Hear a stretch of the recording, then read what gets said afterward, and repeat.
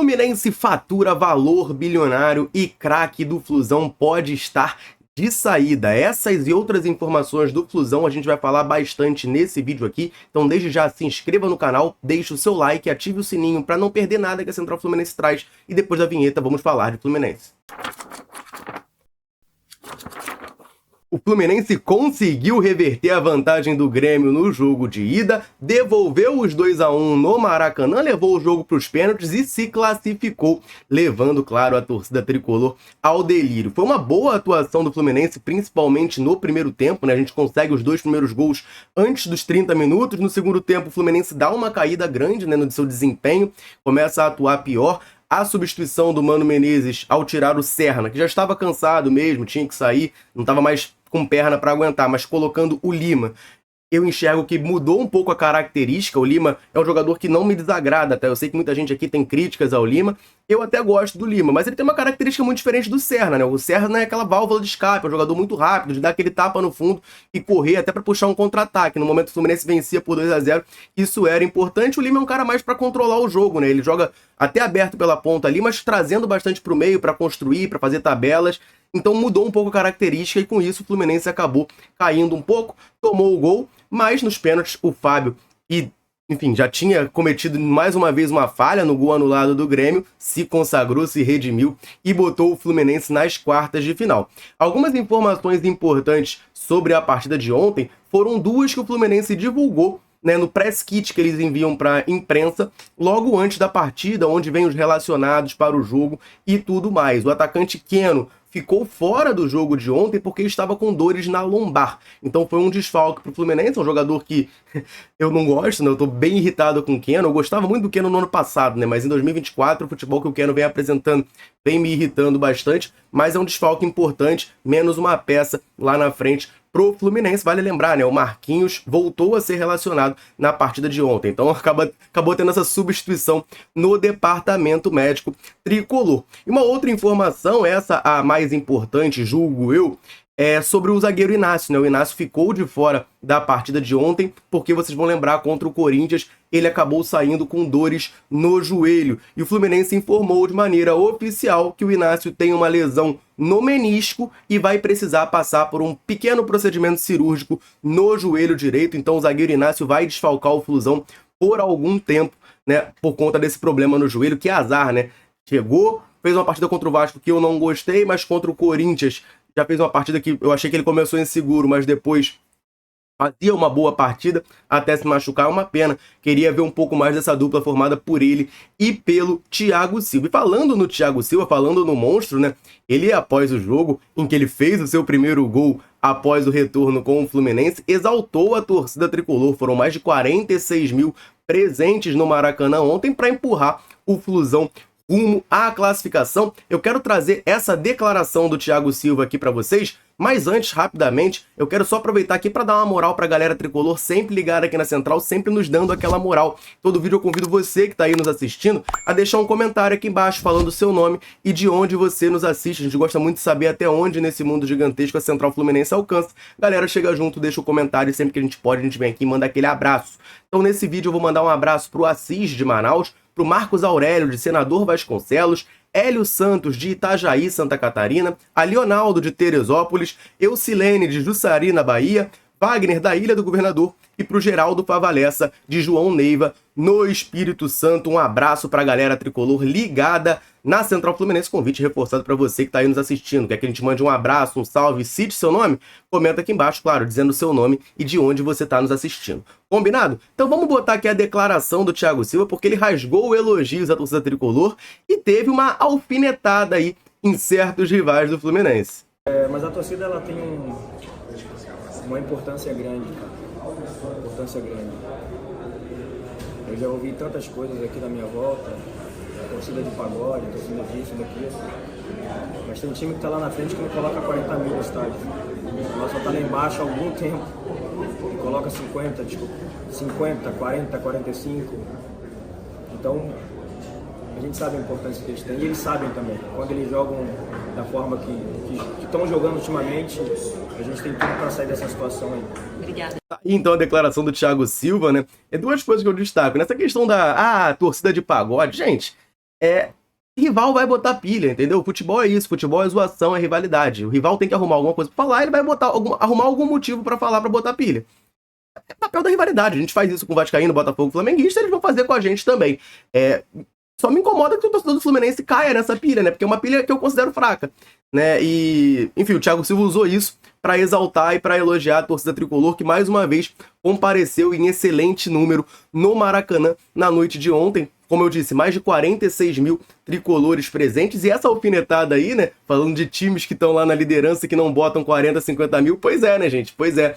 Tem time aí, tem bairro aí, né, que não consegue colocar essa marca no estádio. Enfim, muito bom, né, ter o Thiago Silva de volta, muito bom ter o Thiago Silva voltando a marcar pelo Fluminense, é uma emoção indescritível, né? Acho que todo tricolor tem esse carinho muito grande por esse grande zagueiro, grande ídolo da história do Fluminense, e ele tem essa sinergia muito grande, muito boa com a torcida tricolor. Mas também, né, além da classificação, outra coisa muito importante é um valor milionário que o Fluminense fatura ao passar para a próxima fase, tá? Ao passar das oitavas de final, o Fluminense naturalmente se garante nas quartas, né? E com isso, fatura 1,7 milhão de dólares, cerca de 9 milhões 197 mil reais, por conta dessa classificação na Copa Libertadores da América. A Libertadores é um torneio que paga bastante, né? Dá muito dinheiro pro Fluminense, e agora, com esse valor, o Fluminense totaliza 39 milhões, 330.700 reais conquistados ao longo dessa Libertadores. Vale lembrar, né, na fase de grupos, só por participar, o Fluminense ganhou 3 milhões de dólares, cerca de 16,230 milhões de reais. Por cada vitória na fase de grupos, a Conmebol paga um valor, o Fluminense ganha 330 mil a cada vitória na fase de grupos. O Fluminense venceu 4 vezes na fase de grupos, faturou, portanto, 7 milhões 141.200 reais. Aí jogando as oitavas, né, ao passar para as oitavas de final, mais 1,25 milhão de dólares, cerca de 6 milhões 762 mil reais para o Fluminense. Você somar esse valor todo aí, vai dar esses 39 milhões 330 reais, quase 40 milhões que o Fluminense faturou só por disputar a Copa Libertadores da América, né? Vamos rumo à glória eterna, vamos rumo ao bicampeonato. O Fluminense tem capacidade para isso, né? A gente no pré-jogo ontem teve até essa conversa, né? Capacidade o Fluminense tem, e assim, a gente tá na situação ruim no Brasileiro, não é por conta da capacidade, porque o time do Fluminense é bom e não é para estar nessa situação. Diversos fatores levaram o Fluminense lá para baixo, mas eu tenho certeza de que esse time vai ser capaz de tirar a gente do buraco e tem condições sim de ser campeão da Copa Libertadores da América. Esse é o nosso objetivo, esse é o nosso grande sonho. E outra cena que chamou muito a atenção após a classificação tricolor ficou por conta do volante André. Ele teve ali um momento que os torcedores do Fluminense sentiram que tinha um ar de despedida. E o portal Trivela traz pra gente informações sobre esse assunto, e a gente vai conversar bastante sobre isso, mas antes eu vou rapidamente lembrar você que está assistindo aqui esse vídeo de correr no comentário fixado, porque lá tem o link do canal da Central Fluminense no WhatsApp. E nesse canal você fica por dentro de tudo que acontece com o Flusão na palma da sua mão. Então faz o seguinte, você corre no comentário fixado, lá vai ter o link do canal, clica lá, vai abrir o canal no seu WhatsApp, aperta o botão seguir, e a partir desse momento você vai começar a receber tudo do Flusão diretamente no seu WhatsApp, na palma da sua mão. Combinado? Então estou te esperando por lá. Vamos falar dessa situação do André, porque após a classificação, uma cena que chamou muito a atenção foi que ele ficou ali no gramado por bastante tempo, ficou lá encostado na trave, olhando para cima, olhando para os céus, meio reflexivo, ficou depois sentado ali um pouco.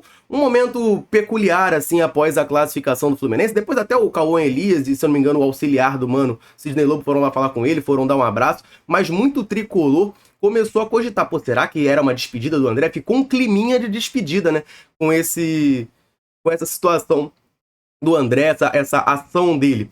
E aí o portal Trivela trouxe informações importantes sobre esse assunto, tá? De acordo com a matéria, essa partida pode sim marcar a despedida de André do Maracanã, né, com a camisa do Fluminense. O próximo jogo é fora de casa, então próximo jogo no Maracanã do Fluminense, muito provavelmente a gente já não vai ter o André, porque a janela está se aproximando do fim e o jogador tende a ser negociado, tá? A matéria da Trivela é muito clara ao dizer que nesse momento não há sondagem nem proposta. A gente conversou bastante aqui ao longo dessa janela sobre o interesse do Fulham no André.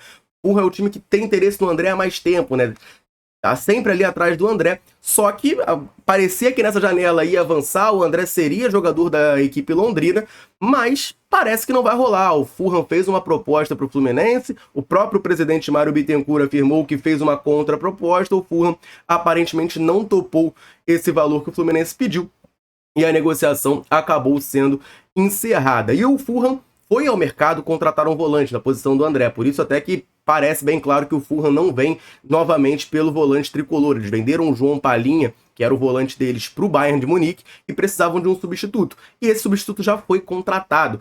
O Fulham contratou o Sanderberg, que estava no Burnley da Inglaterra, por cerca de 23 milhões de euros. Então já trouxe um volante. A tendência é que o Fulham não volte à carga pelo André.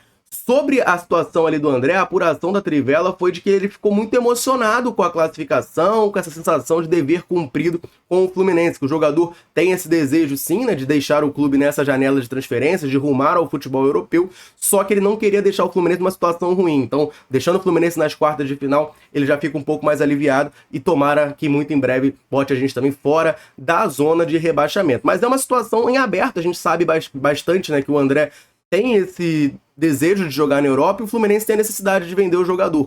Mas, nesse momento, como diz a Trivela, não existe sondagem ou proposta de nenhuma equipe. O Fulham acabou fazendo uma outra contratação, o Liverpool, que chegou a fazer proposta para ele no meio do ano passado, não veio a carga pelo André nessa janela, nem no começo do ano. O Liverpool fez uma proposta de 30 milhões de euros no ano passado, o Fluminense acabou recusando devido à disputa da Copa Libertadores da América. A ideia era que o André ficasse, a ideia e o combinado, né, com o André, que era ele ficasse até o final do ano no Fluminense para ser campeão da Libertadores, o que aconteceu. E aí agora, vindo uma proposta interessante para o Fluminense, o Tricolor vai negociar o André, até porque precisa disso financeiramente para fechar o ano no azul. Beleza, galera? Essas eram as informações que eu queria trazer nesse vídeo aqui para você, Tricolor.